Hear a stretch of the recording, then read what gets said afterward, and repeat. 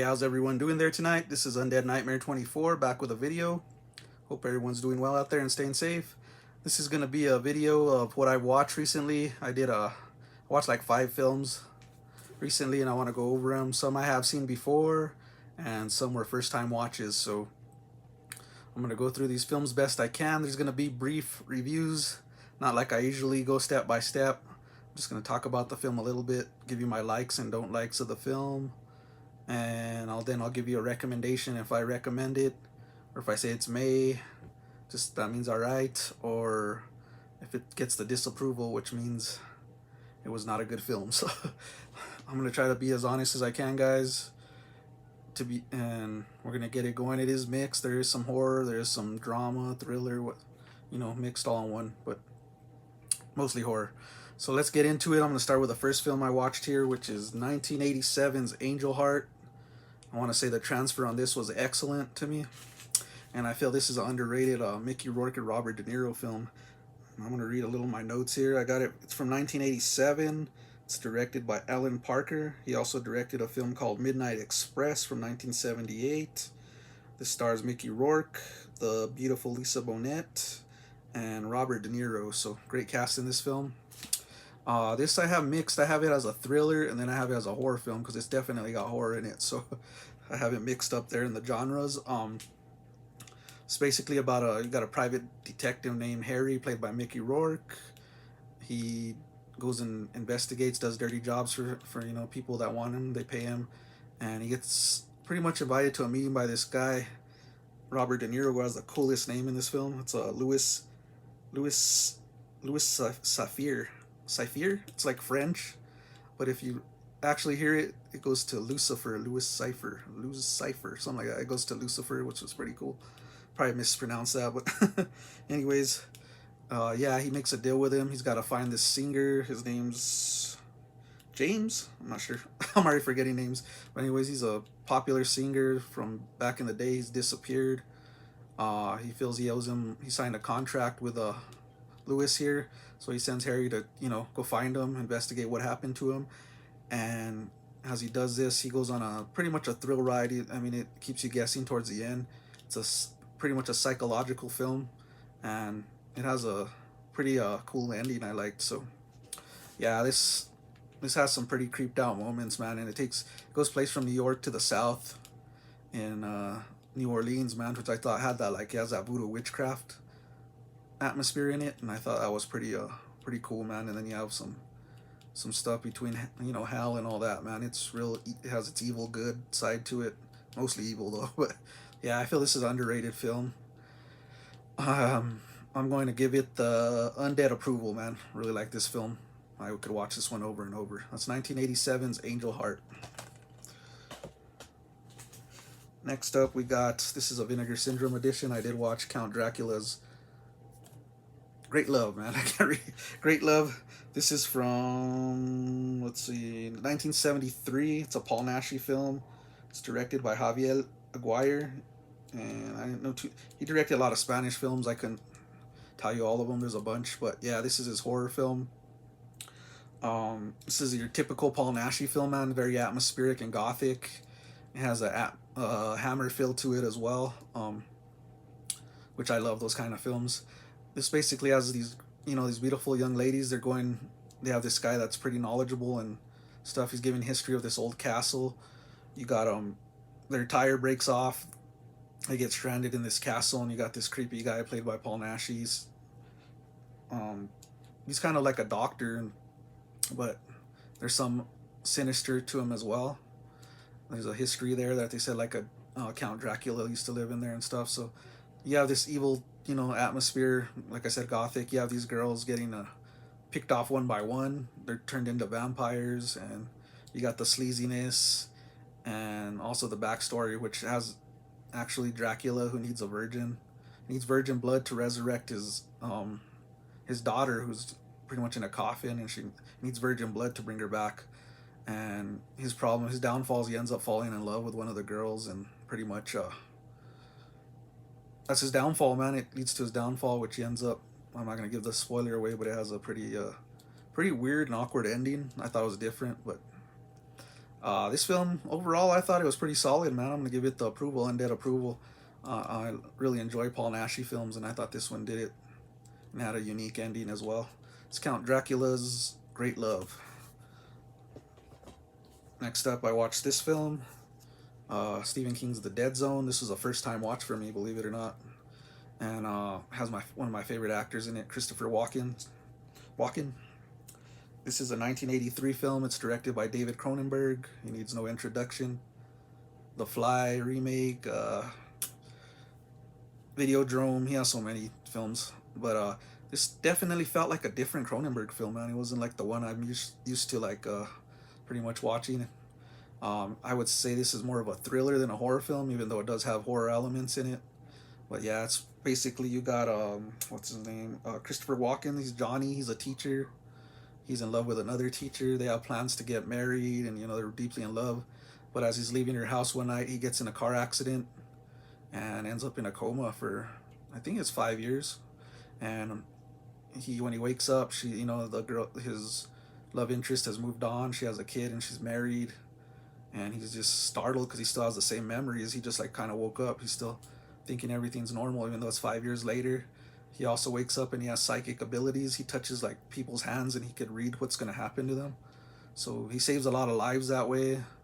He even helps catch a serial killer in this film, which I thought the whole film was going to be that, just him trying to catch a serial killer, but it goes to three like different stories. I thought that was pretty different, and yeah, it leads to like a political view towards the end, and yeah, Martin Sheen playing the political guy, the evil man, and I was real satisfied with this film, man. I thought it was pretty good, and it's a different Stephen King film than I've seen.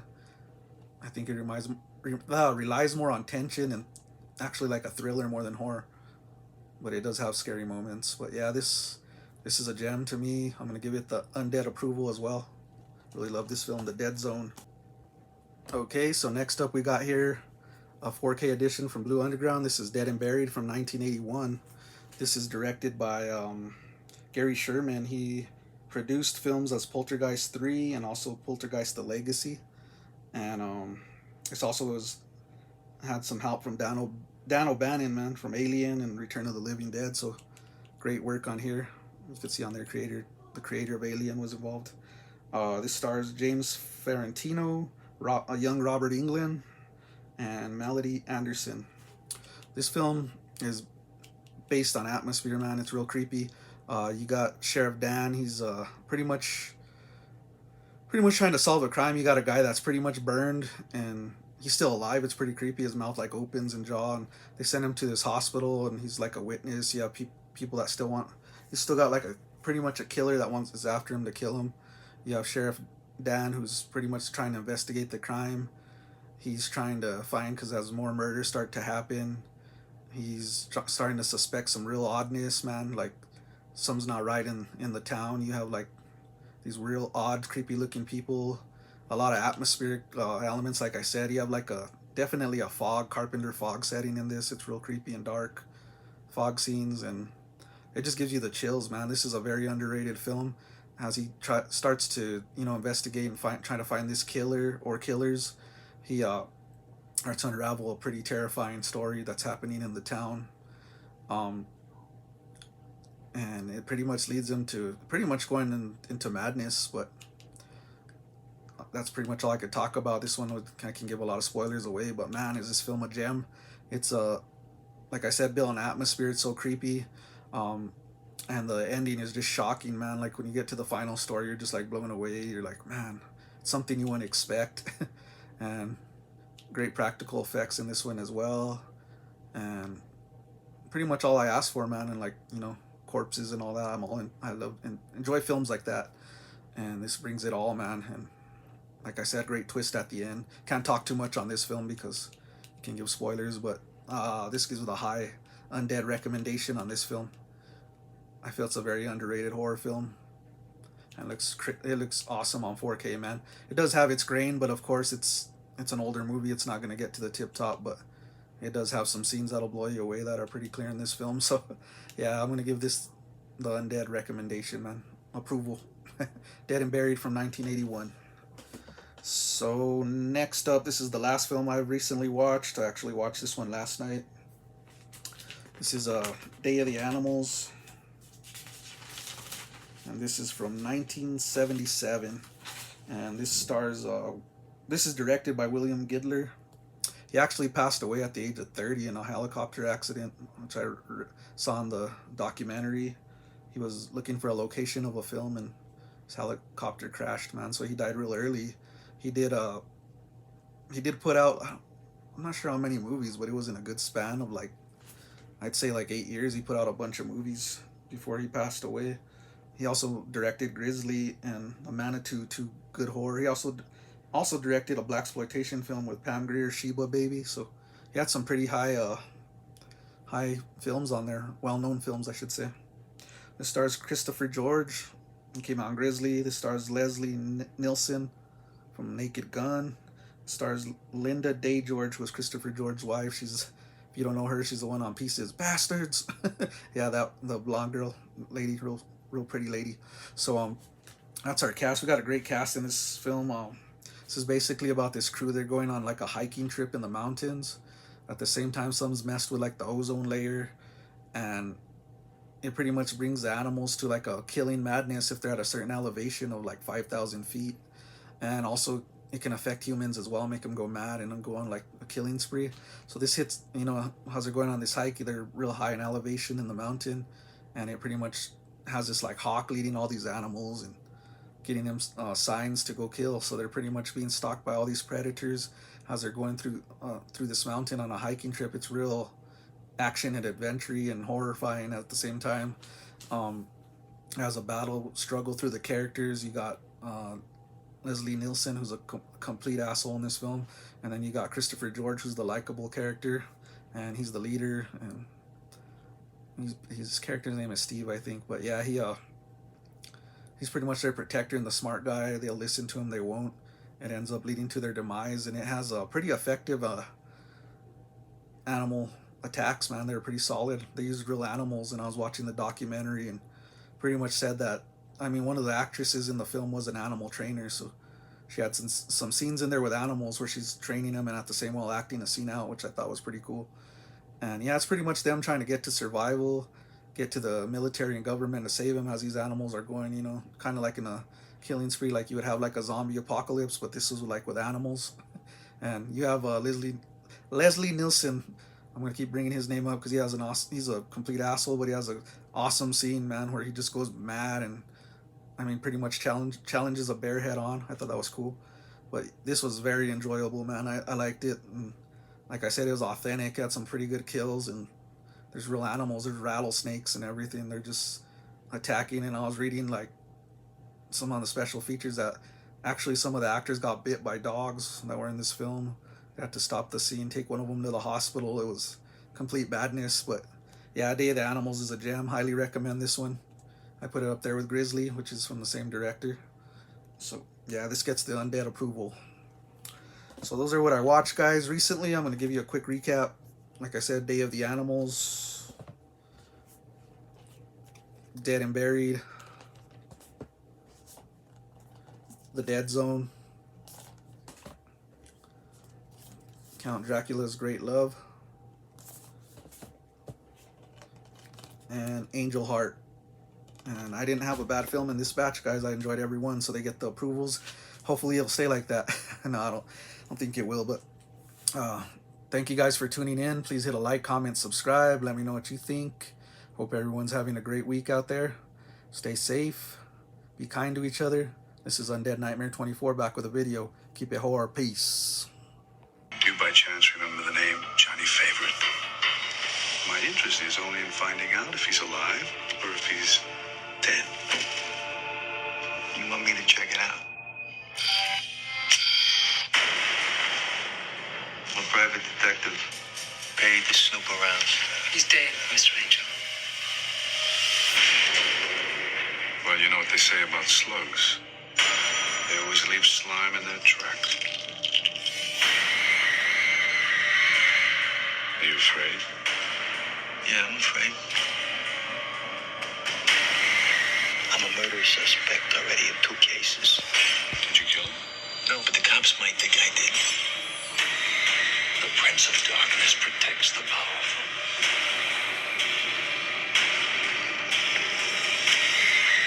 is the symbol of the soul. Did you know that?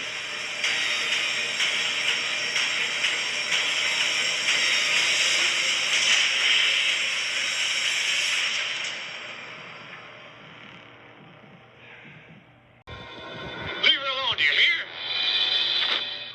An incredible story. He's a beastly sadist, a devil that follows man wherever he goes. The vampire's only a legend of this place. A legend that's converted into chilling realism. It's not important that Dracula's carnal body is destroyed. Wherever blood flows, Dracula is ever present to punish horror with horror.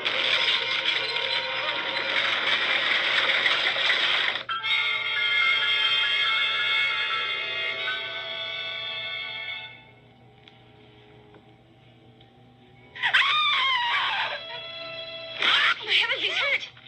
We weren't able to destroy Dracula in Broco Pass, and his terrible power. I'm scared, Marlene. You be quiet, he'll hear you. You once belonged to Dracula, and now you've returned to his side for the ceremony, which signifies the rebirth of his origin.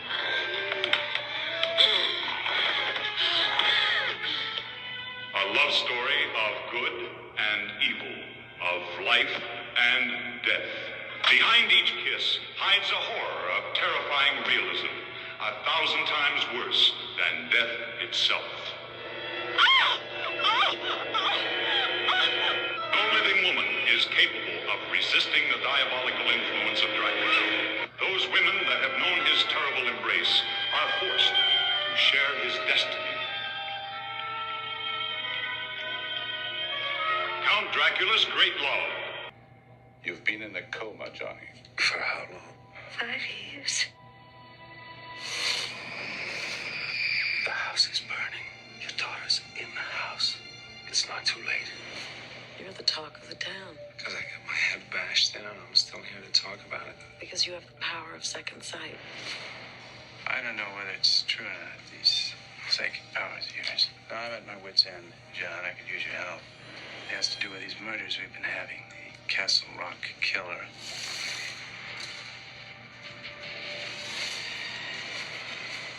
I saw his face. Greg Stilson. He's dangerous. If you could go back in time before Hitler came to power, knowing what you know now, would you kill him? I would kill him. You'd never get away alive. It doesn't matter. I'm not crazy, you know. Those headaches are getting worse, aren't they? As the visions grow stronger and more powerful, so the body weakens. God has seen fit to bless you with this gift. You should use it. Bless me. Not only can you see the future, I can change it. maybe you've been there. Clean, picturesque, full of old-fashioned friendliness. The kind of town everyone likes to visit. This is the road to Potter's Bluff. There is no road out. Welcome to Potter's Bluff. From the creators of Alien, terror brought down to Earth, dead and buried. Is there any way whatsoever to reanimate people